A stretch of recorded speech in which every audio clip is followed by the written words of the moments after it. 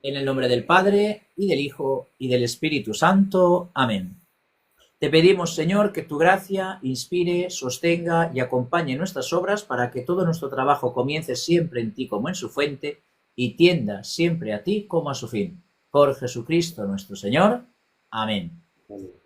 Pues nada, con Luca otra vez, hoy en esta sesión cuarta de la patrología vamos a hablar sobre los padres del desierto, conocidos también como los padres del yermo o los padres de Tebaida, porque en definitiva son monjes, ermitaños y anacoretas que se retiran a raíz de la paz constantiniana de las ciudades, del gran crecimiento de las ciudades, al desierto para poder encontrarse con el silencio y con el ambiente propicio para orar y encontrarse con Dios.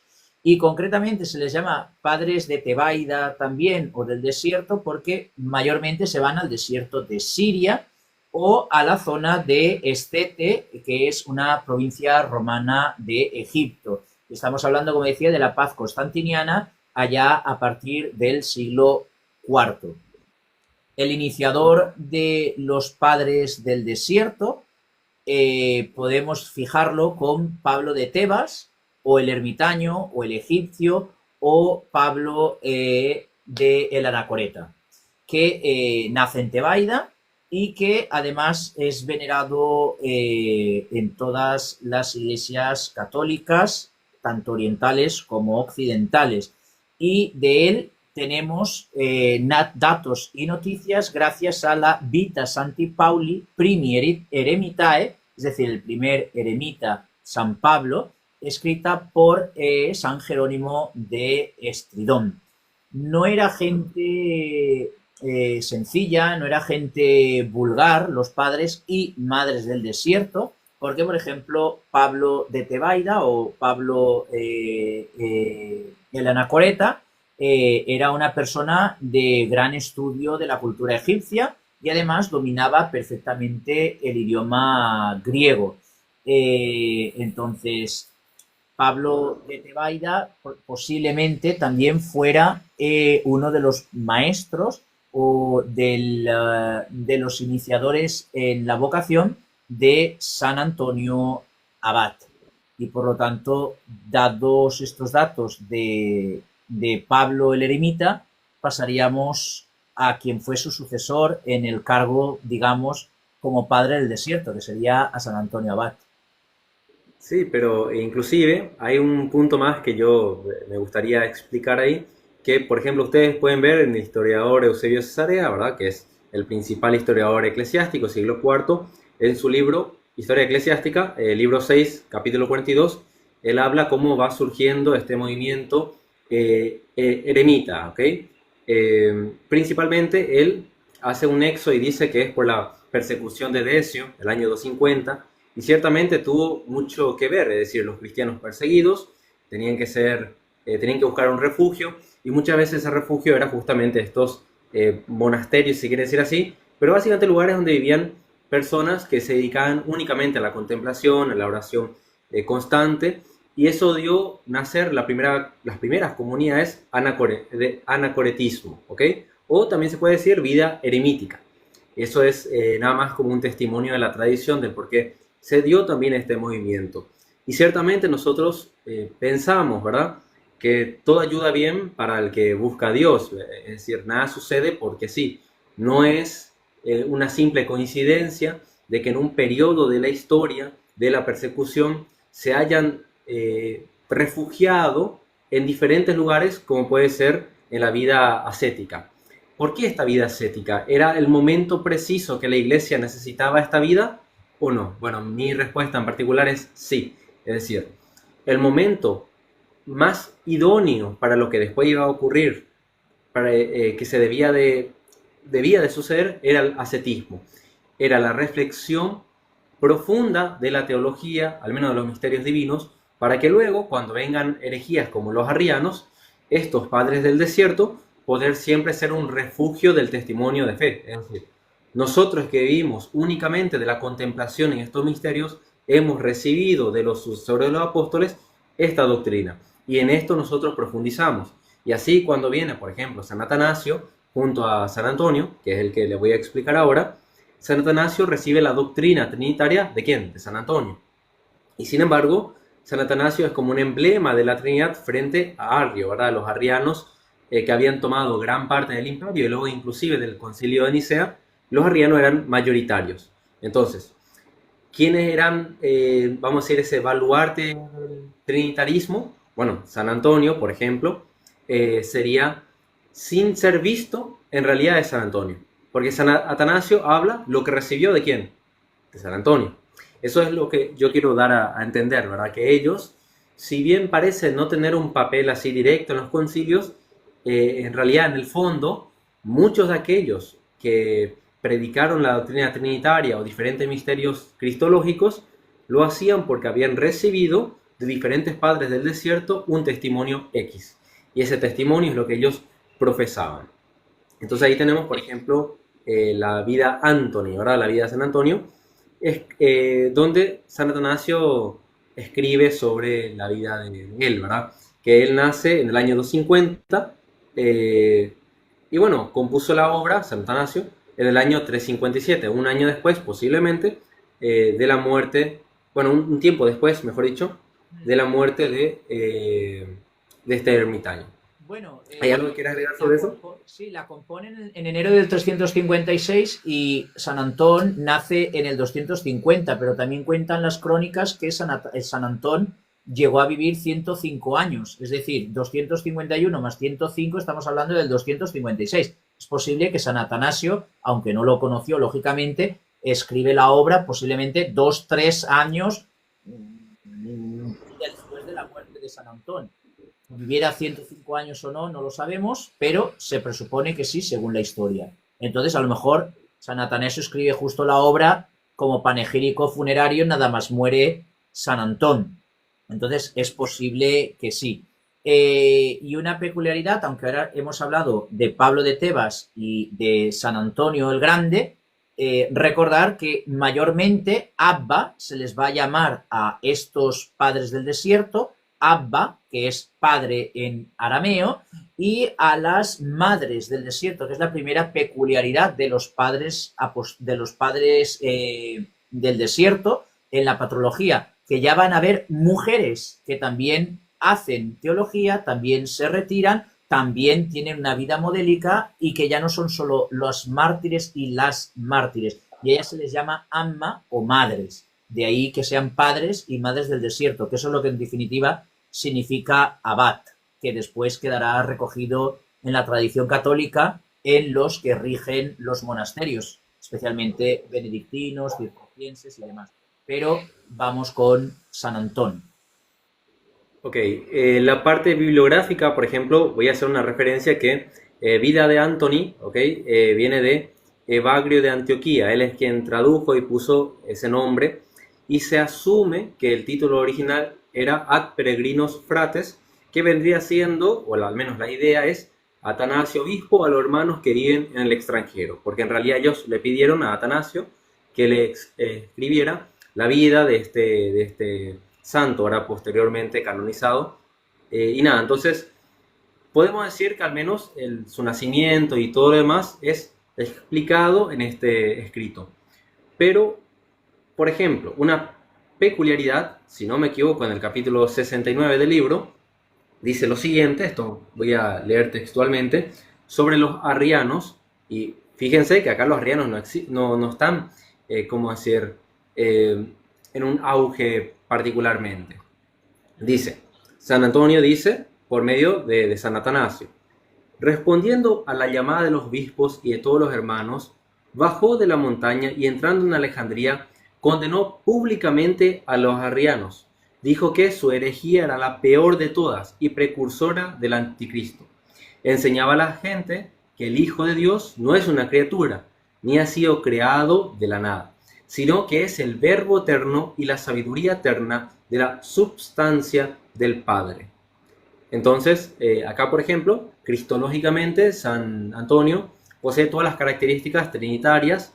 De hecho, si uno va analizando más y más y más, es un trinitario de inicio a fin y yo acá no voy a meterme en la discusión qué tanto él conocía a Justino Mártir, pero uno se da cuenta que usa la misma terminología, ¿verdad? La sabiduría de Dios, es sustancial, ¿verdad? El término tertuliano, luego, posteriormente. Dice que decir que hubo un tiempo en el que Cristo no existía es igual a una herejía. Y todas estas cosas condenando al arrianismo. Evidentemente, el maestro de San Atanasio dio una gran influencia en él, y eso luego se ve en el Concilio de Nicea y también se ve en esa lucha constante que da San Atanasio fuertemente en la doctrina trinitaria. Y sin embargo, el origen no es propiamente San Atanasio, se remonta a la tradición, ¿verdad? En este caso, San Antonio. Por más que nosotros no le vimos a él en el concilio, porque era un asceta que estaba ya excluido del mundo, el hecho que no esté en presencia con nosotros no implica que su vida espiritual no tenga un efecto en nosotros. Claro. Y de ahí la importancia de ese ascetismo. Claro, porque la importancia también de los padres eremitas, como San Antonio Abad, como San Pablo de Tebas, o como hablaremos luego de San Pacomio o de otros, resulta que la gente iba a ellos a buscar consejo, iba a ellos a buscar los sacramentos, iba a ellos a confesarse. Y lógicamente cuando vuelven a la ciudad, estos explican y viven la fe que les han enseñado los padres del yermo, los padres del desierto. Y por último punto, podría añadir que ¿cuál era la idea del ascetismo? Volver al hombre original, volver a esa forma del Adán en la cual no había ninguna mancha de pecado, y para eso se requería la virtud. La virtud era el pilar de todo, la creencia ascética. Y por ejemplo dice San Antonio que la virtud no necesita otra cosa que nuestra voluntad, pues está dentro de nosotros y brota a nosotros mismos. Existe la virtud cuando el alma se mantiene en su estado natural. Se conserva en su estado natural cuando permanece tal como cuando empezó a existir, es decir, a imagen de Adán. Ahora bien, empezó a existir hermosa y perfectamente recta. Es decir, el ideal de la asceta era justamente agradar a Dios. ¿De qué manera se agrada a Dios? Sino buscando la perfección, buscando la plenitud. No hay otra manera. Entonces, no es como alguno podría pensar una especie de egoísmo de me escapo de todo y le dejo todo tirado ahí. Realmente ese no, ni siquiera era el sentir simplemente era quiero agradar a Dios de tal manera que yo pueda volver a ser así como Él quiere que yo sea. Y la manera que yo encuentro en particular, en este caso San Antonio, es yendo fuera del mundo, ¿verdad? Despojándose de todo lo material, de todas las cosas que podrían conllevar, o mejor dicho, podrían tentarle al pecado.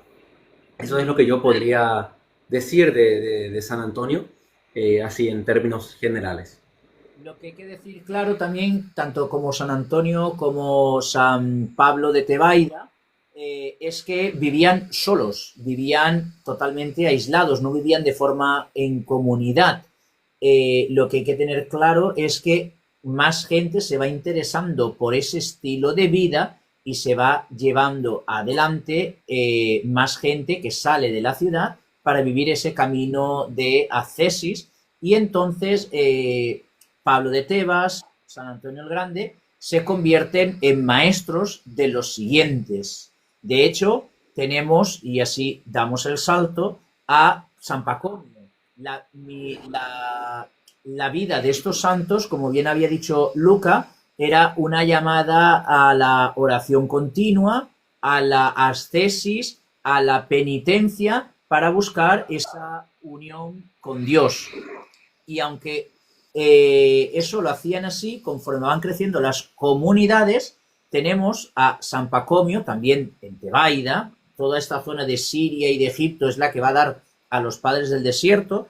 Todos conocemos esto, que es el rosario, creo que se extiende a partir del siglo XII-XIII en Europa, en la parte latina de la Iglesia.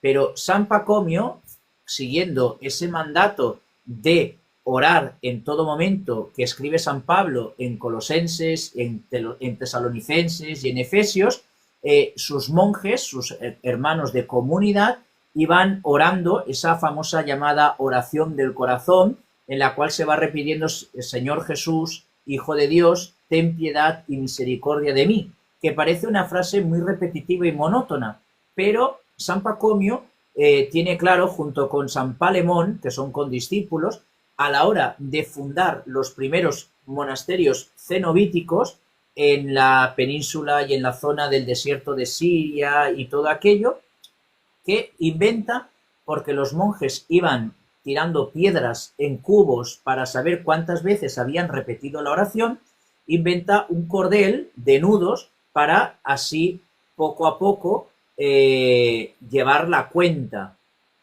Y se llama el Comboschini en griego, porque claro, también hay que entender que esta gente hablaba en griego. La Iglesia Católica, su idioma oficial en aquel entonces era el griego, no era el latín. El latín empieza a mudar en este momento, en este tiempo, a partir del siglo, finales del siglo III, principios del siglo IV. Ahí es donde la Iglesia empieza a mudar al latín. Y entonces, con el Comboschini, los monjes, los eremitas, los anacoretas, con la mano izquierda, señal de humildad, la mano que no controlas, iban pasando las cuentas de cada vez que repetían esta frase, oración: Señor Jesús, Hijo de Dios, ten piedad y misericordia de mí. En primer lugar, reconocen que Jesús es el Hijo de Dios. Están haciendo teología. Jesús es el Hijo de Dios. Ten piedad y misericordia de mí. Él es el único que puede perdonar pecados. Entonces se está haciendo una teología, porque además yo me estoy reconociendo como pecador, me estoy reconociendo como una persona limitada. Y es un ejercicio también de humildad, de repetir y de machacar por medio de los ayunos y de la ascesis y de la soledad y del silencio y del sacrificio, que estoy necesitado de Dios. Y por lo tanto, tanto San Palemón como San Pacomio empiezan a fundar el primero de los monasterios en Tebaida. Y empiezan a surgir, por decirlo de alguna manera, las primeras reglas monacales, como es esta, la regla de San Pacomio, o las reglas de San Antón, o la regla de San Agustín, porque San Agustín de Hipona también escribe una regla monástica. Pero esto no quita para que esta vida ya, digamos, de vida cenobítica, de los fundadores de los primeros monasterios de vida de comunidad, con San Antonio, San Pacomio, San Palemón, San Agustín de Hipona, sigan habiendo padres y madres del desierto que vivan en total soledad y que con su vida y con su testimonio sigan haciendo teología, como puede ser el caso de Santa María Egipciaca. Iniciamos entonces ahora con Santa María Egipciaca, si te parece.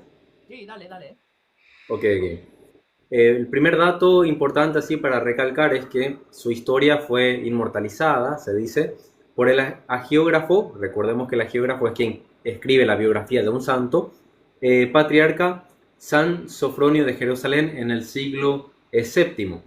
Pero la historia se remonta en el siglo IV. Si no me equivoco, posiblemente todo esto sucedió en el año 319, pero bueno, habría que revisar si no es 319, un chiquitito después nada más, pero nada. Vamos a contar un chiquitito su historia, así a gran escala. Había un abad que se llamaba Zósimo, que de hecho es este señor de acá, que están viendo, y él cuenta que dentro de sus problemas espirituales que él tenía, básicamente él tenía miedo de caer en la soberbia, en el orgullo, y yéndose lejos de su comunidad, porque él vivía en una comunidad, se encontró con una mujer, ¿ok? Una mujer la cual estaba completamente desnuda, y bueno, dice que ellos se miraron y empieza ahí una historia un poco más mística, ¿ok? No voy a entrar en ese detalle porque para eso le dejo a ustedes ese trabajo, ver, la historia es cortísima, pero básicamente entra ahí una especie de misticismo de cómo esto se relaciona. Pero acá hay un dato importante, que luego que estos se relacionan, ella le cuenta la historia a Zósimo de cómo ella llegó ahí, qué hacía ella desnuda, sola, en ese lugar. Y bueno, le cuenta su historia de la siguiente manera, que ella, voy a decirlo así, que ella había pasado gran parte de su tiempo, si no me equivoco, hasta los 18, 19 años, siendo básicamente una mujer, vamos a decir, completamente... ¿Cómo? Mujer pública. Una mujer pública, pero realmente público en todos los aspectos, de tal manera que se iba en las peregrinaciones, con, claro, con el único fin de buscar hombres a quien agarrar, pero gratuito, o sea, acá no es porque requiere plata, no es porque necesita algo, por el simple apetito.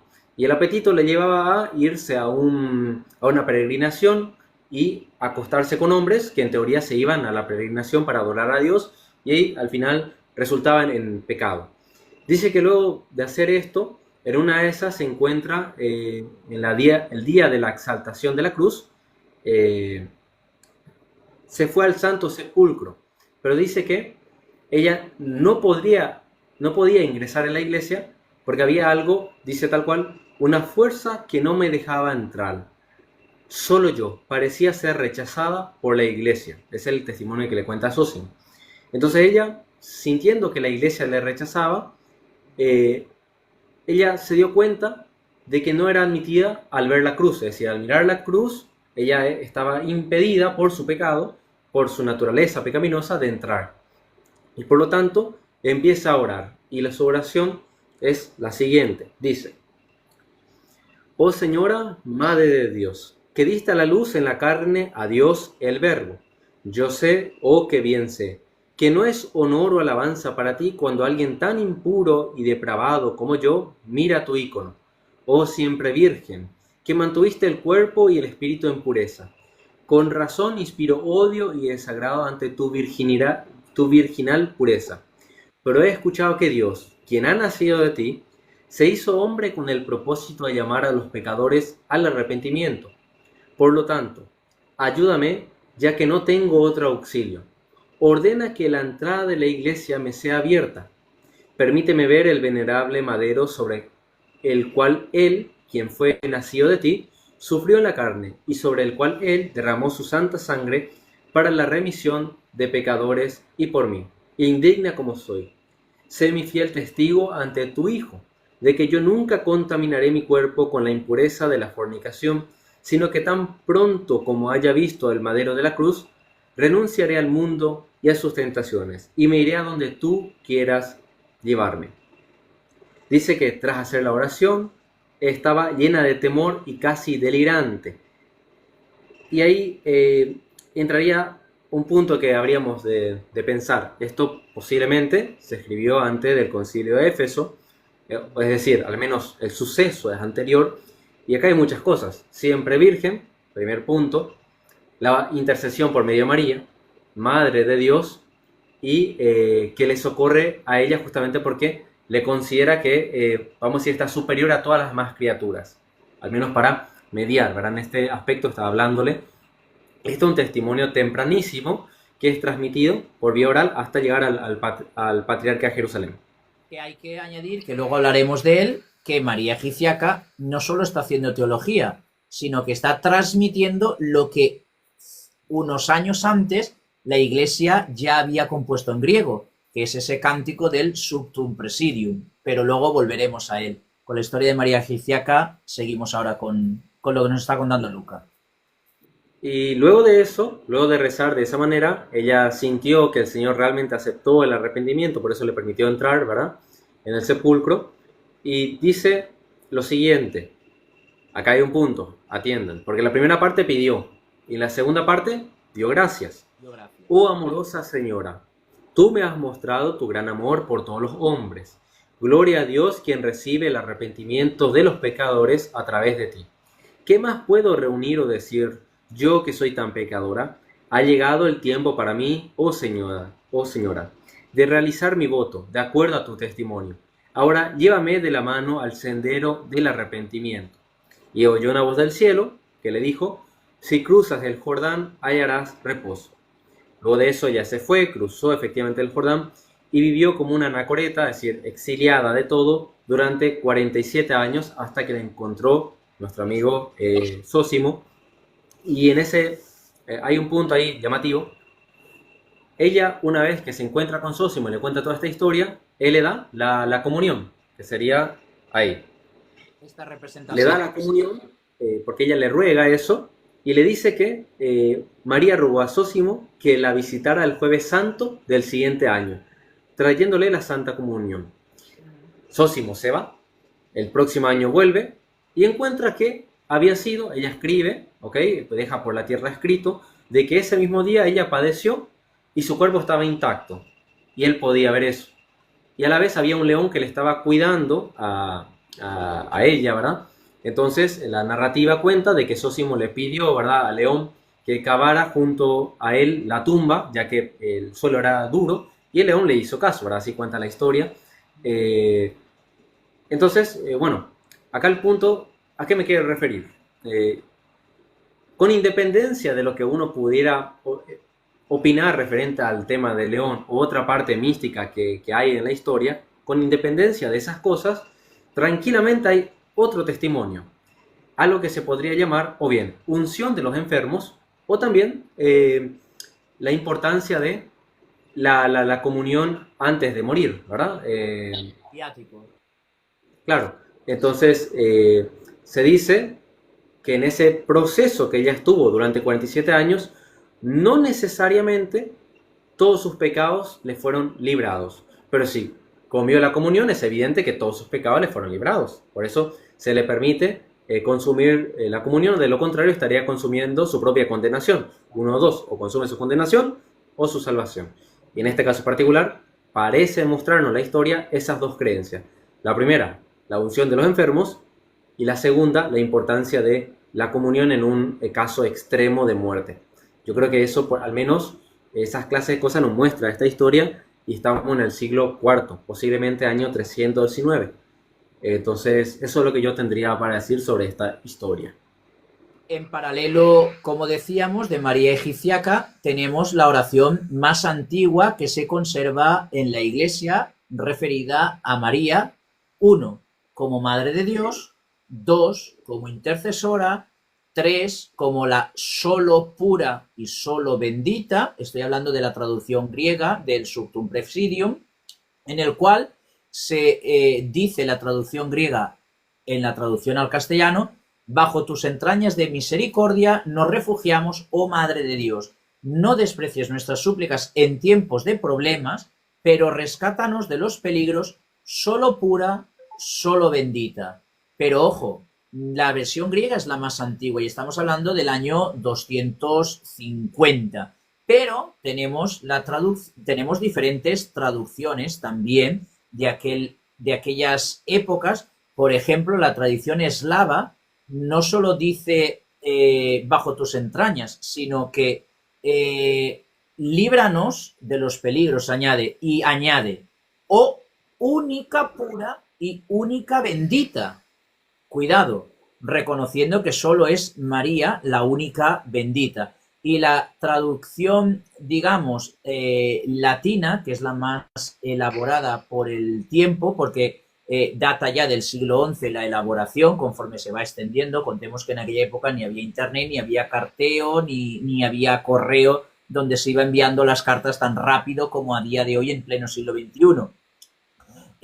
Donde habla también de esto y además vuelve a afirmar no solo la pureza y la intercesión de María y como Madre de Dios, sino que añade oh Virgen gloriosa, recordando que María, que Cristo nació de virgen, que es otro de los dogmas mariológicos que, aunque van referidos a María, son para salvaguardar la integridad de la divinidad de Cristo y de la teología enseñada por los padres de la Iglesia y recibida desde tiempos apostólicos.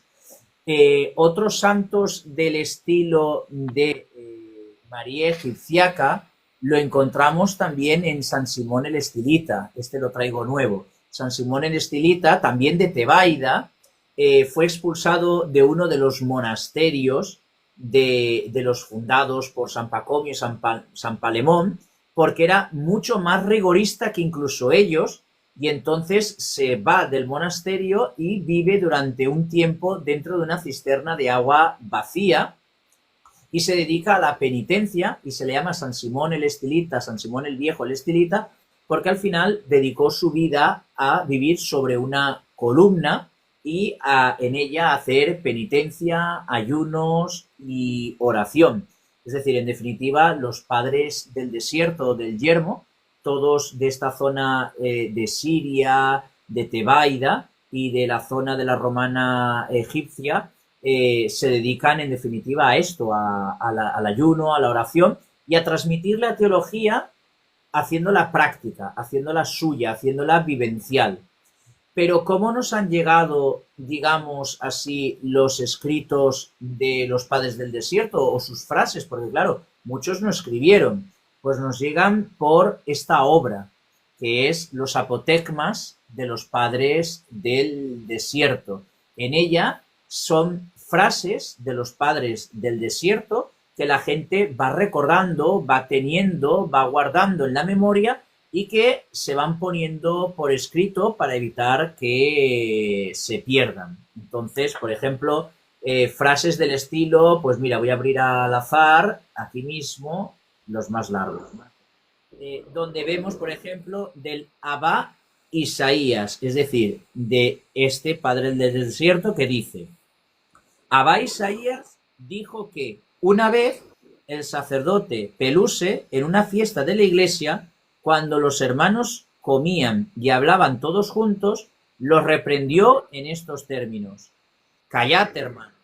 He visto a un hermano comer y beber muchas copas con vosotros y su plegaria asciende en presencia de Dios como un fuego. Es decir, vemos como los padres del desierto a lo que se dedican es a esa contemplación mística de Dios, a esa ascesis que los conduce a esa vía unitiva que hablarán después los místicos de la Edad Media, Santa Teresa de Jesús, San Juan de la Cruz, Fray Luis de León, etcétera, en los cuales pues los padres del desierto no solo hablan de la oración, sino también del ayuno. Por ejemplo, de este padre del desierto, que vamos a ver quién es, que ha abierto así a voleo, pues de Amma, de la madre Sinclética, se llamaba Sinclética, esta santa madre del desierto, dijo ella también, los que estamos en una comunidad preferimos la obediencia a la ascesis. En efecto, esta enseña el orgullo, aquella la humildad. Es decir, muchas veces los padres del desierto van limando esas asperezas para hacer esa teología monacal, esa teología de los cenobios. Y así pues hablan del ayuno, de la oración, de la limosna, de la caridad, del silencio, etcétera. Entonces los apotegmas del desierto se pueden encontrar fácilmente en internet, se pueden leer y además tienen frases para rumiarlas. No es para leerlo de golpe, sino que es para, en definitiva, meditar. Por ejemplo, Abbas Zenón dice, hablando a su discípulo Silvano, no habites en un lugar reputado, no mores con alguien que tiene un gran nombre y no pongas cimientos para construir una celda algún día. Es decir, va dando consejos, va dando los padres del desierto a sus discípulos para que vivan una vida lo más seria, monacal o asceta o anacoreta, más pura y más clara. Entonces tenemos aquí que esta obra que a día de hoy tenemos todos juntos, apotegmas de los padres del desierto, en definitiva es la tradición oral de estos monjes, de estos anacoretas y de estos ermitaños, que se pone por escrito para que no se pierda esta teología del desierto. Y todos estos textos, en definitiva, decantan en algo que ya habíamos dicho antes, decantan en la regla de San Pacomio, la regla de San Antonio, la regla de San Agustín, que posteriormente, un poquito más adelante, deriva en la regla de San Benito de Nursia, y se crean esos grandes monasterios, esos grandes cenobios, donde, en definitiva, esta gente que se aparta de las ciudades y del mundanal ruido, no como una fugas mundi, no huyendo del mundo, sino con la intención, como decíamos al principio, de unirse con Dios, de tener una visión beatífica, de encontrarse con Cristo de una manera más pura en el desierto, pues se apartan viviendo en esas comunidades monacales o cenobíticas fundadas, en definitiva, pues por San Pacomio, San Benito, San Antonio Abad, San Agustín, a lo largo y ancho de la catolicidad, y siempre en lugares apartados, desérticos y de alguna manera donde nada ni nadie pueda ir a interrumpirlos. Yo, aparte de lo que ha mencionado el padre, voy a añadir algo que, si no me equivoco, dije mal sobre María Egipciaca. Ella nace en el año 344 y muere aproximadamente en el 421 o 422. Por lo tanto, toda la historia que yo he contado se ha de haber dado, es decir, ella pasó ese evento, la oración a María, en el año 364 aproximadamente. De todas maneras, esa historia terminará siendo anterior. Eso es nada más como una aclaración, anterior al Concilio de Éfeso, anterior a la Teotocos. Eso es una aclaración. Y como último, no sé si quiere mencionar algo. No, no, adelante, adelante. Como último, inclusive dentro de los padres del desierto se llegó a dar la herejía. Es decir, Sí. ni siquiera ellos estaban totalmente a salvo de que se diera algún tipo de herejía.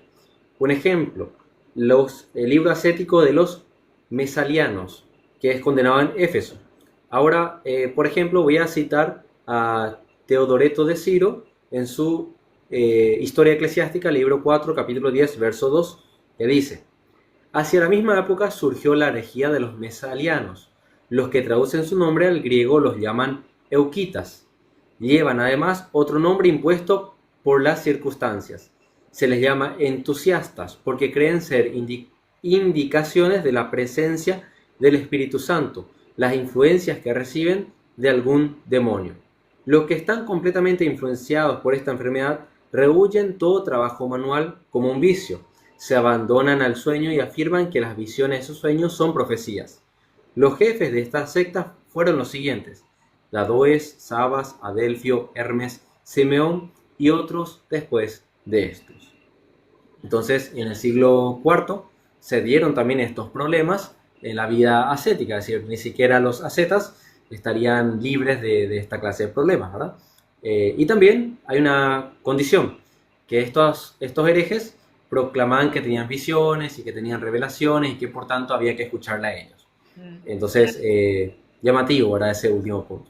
Por mi Sí. parte, eso sería todo. Además, no están exentos de las herejías, pero son grandes ganantes de la fe católica porque hay que recordar que Tebaida, que la zona donde se retiran mayormente los padres y madres del desierto, estamos hablando que es la zona de Siria. Y en esa zona de Siria es donde acontecen las grandes herejías cristológicas, como es el nestorianismo y el arrianismo, en la zona de Siria.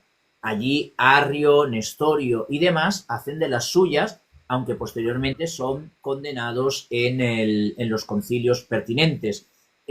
Sobre todo, sí quería marcar que San Jerónimo de Estridón, aunque no lo consideramos un ermitaño o un anacoreta o un padre del desierto, hay que encontrar que San Jerónimo vivió en una cueva en Belén. San Jerónimo, en definitiva, fue un ermitaño.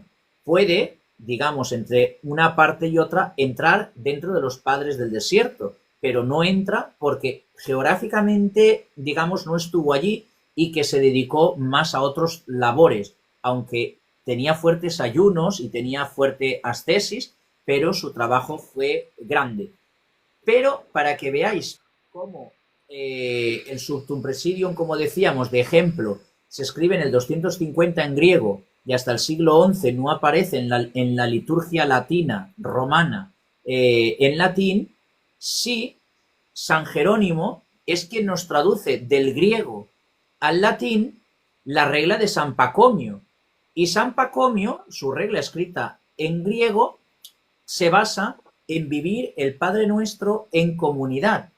Y mirad, desde Siria bajamos a Belén, que la traduce San Jerónimo, y nos vamos a la ciudad de Arles, en Francia, donde San Honorato, arzobispo de Arles, ya en el 400 poco, vivió la regla de San Pacomio. Es decir, en el transcurso de unos 100 años, llega desde Siria, pasando por Belén, hasta Francia, casi frontera con Hispania. con la provincia de Hispania, y en la isla de Arles, San Honorato ya vivió la regla de San Pacomio. Luego viene también la regla de San Basilio el Grande, que también es alguien que se me había olvidado nombrar, junto con la de San Benito de Nursia, que sentarán las bases de ese famoso Ora et Labora de los benedictinos. Entonces, en definitiva, los padres del desierto, que parece que se apartan del mundo y que no quieren saber nada de nadie, construyen una civilización de oración que llega hasta nuestros días y que gracias a sus reglas, la de San Pacomio, San Basilio, San Benito y San Agustín, transforman y hacen la revolución agrícola y litúrgica en toda la Europa medieval. Es decir, a ellos, a los padres del desierto, les debemos mucho en el sentido de la cristiandad, en el sentido de la sociedad y en el sentido económico también, porque ellos son los grandes impulsores del ahorro, del vivir con lo mínimo y de, en definitiva, tener una vida estable cuando se encuentra un lugar, y a partir de ahí todos sabemos en la Edad Media lo que luego sucede alrededor de los monasterios y de las escuelas catedralicias, que se empieza a construir las grandes ciudades y las grandes escuelas. En definitiva, los padres del desierto no se van o hacen una fuga mundi perdiendo su vida en soledad, sino que son, gracias a esa inspiración del Espíritu Santo, los grandes fundadores de las escuelas de oración, de las escuelas monásticas y de las grandes órdenes religiosas monacales o cenobíticas. Yo, en definitiva, con los padres y madres del desierto, lo dejaría aquí. Yo también, por mi parte, sería todo.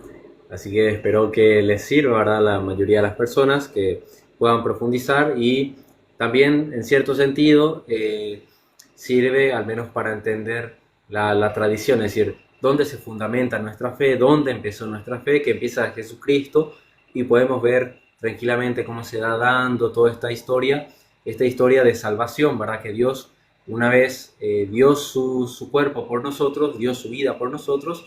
Sin embargo, todavía la Iglesia debe de pasar esos procesos que Él ha determinado, que Él ha permitido, ¿verdad?, pasar.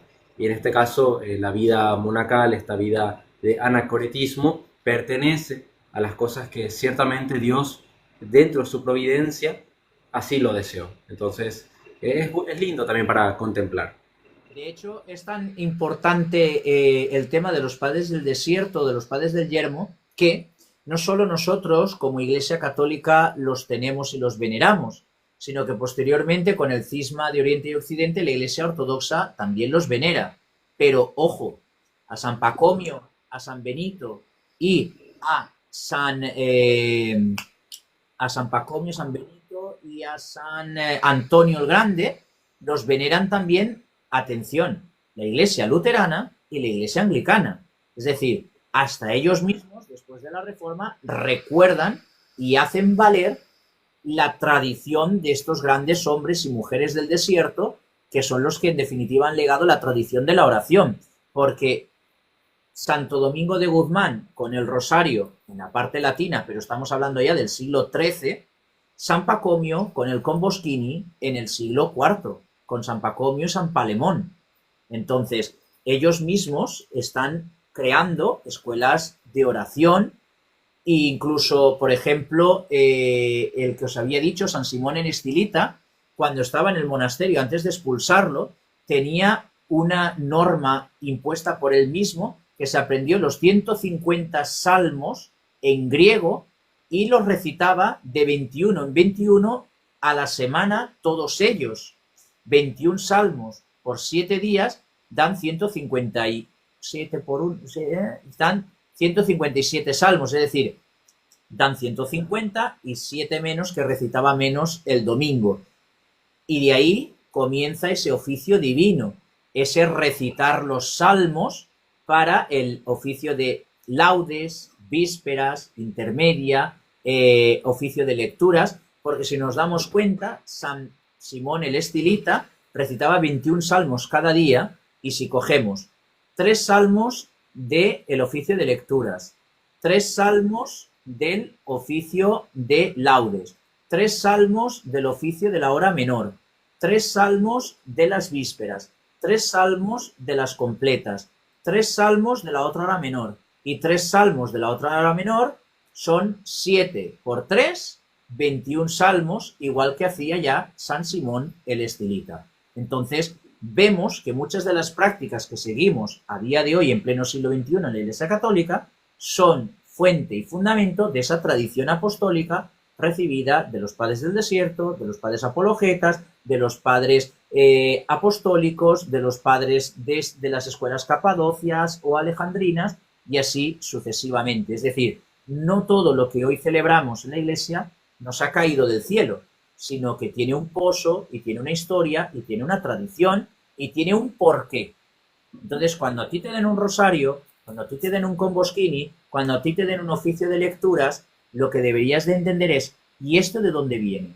¿Quién ha legado esto en la Iglesia? Es algo bonito y por eso estas charlas que estamos dando de los padres de la Iglesia, Luca y yo, vienen a dar esto, es el abrir de boca, el como él ha dicho al explicar a Santa María Egipciaca, yo os cuento un poquito de su vida y ir a investigarlo, porque es una vida apasionante y que es cortita, pero que edifica muy mucho, igual que la vida de San Antonio, escrita por San Atanasio, o la vida de Pablo de Tebas, o la de San Benito, son textos que edifican y mueven, junto a los apotegmas del desierto y una obra que sigo buscando, como bien le he dicho a Luca, que es la Filocalía, que son textos referidos a la oración continua, con el comboschini y demás, de padres también del desierto. Entonces, si queréis indagar más, cuando esto está en YouTube, podéis ver la bibliografía abajo que solemos poner, podéis suscribiros al canal de Luca, podéis suscribiros a mi canal, podéis compartirlo, podéis enviarlo a los demás y ver las otras clases que hemos dado de patrología patrística, padres apostólicos, padres apologetas, herejías cristológicas, de padres del desierto, etcétera, etcétera, etcétera. Entonces, y después pequeños vídeos que vamos elaborando y subiendo de diferentes padres de la Iglesia. Entonces, te dejo que digas tus canales, Luca, y así despedimos este live. Ok. En YouTube pueden encontrar como Luca Rojas y luego ya en Instagram y TikTok como filosofía-cris. Eso sería todo. Yo me dedico netamente a la evangelización digital y nada más que decir. Pues nada, nos podemos despedir de este live, hacemos una oración y así despedimos esta pequeña clase de los padres del desierto. En el nombre del Padre, y del Hijo, y del Espíritu Santo. Amén. Te damos gracias, Señor, por todos los beneficios que nos has dado. Ilumina siempre nuestro corazón con la luz de tu Espíritu, para que podamos evangelizar y ayudar a los demás a encontrarte a ti, que eres la sola luz que ilumina nuestros corazones. Te lo pedimos por Jesucristo nuestro Señor. Amén. Amén.